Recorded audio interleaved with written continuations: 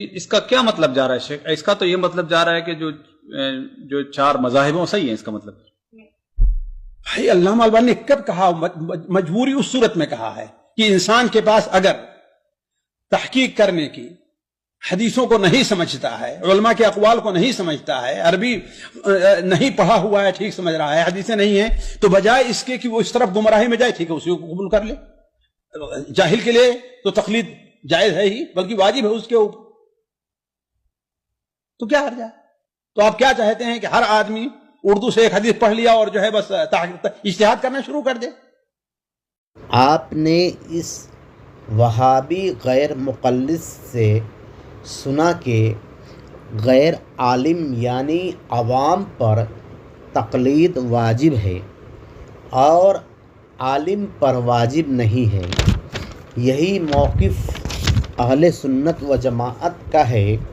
اہل سنت و جماعت کے نزدیک غیر عالم پر تقلید واجب ہے کیونکہ وہ اجتہاد کی صلاحیت نہیں رکھتا ہے۔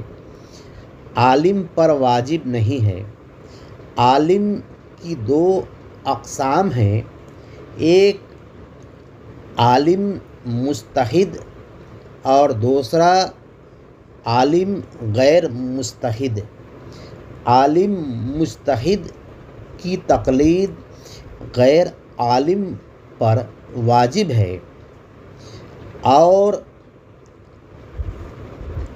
عالم غیر مجتہد اپنے اجتہاد پر خود عمل کر سکتا ہے، لیکن وہ عوام کو عمل کرنے کا حکم نہیں دے سکتا ہے اور نہ عوام اس کی تقلید کر سکتی ہے۔ وہ جب بھی عوام کو حکم دے گا تو کسی مجتہد کے اجتہاد پر ہی عمل کرنے کا حکم دے گا۔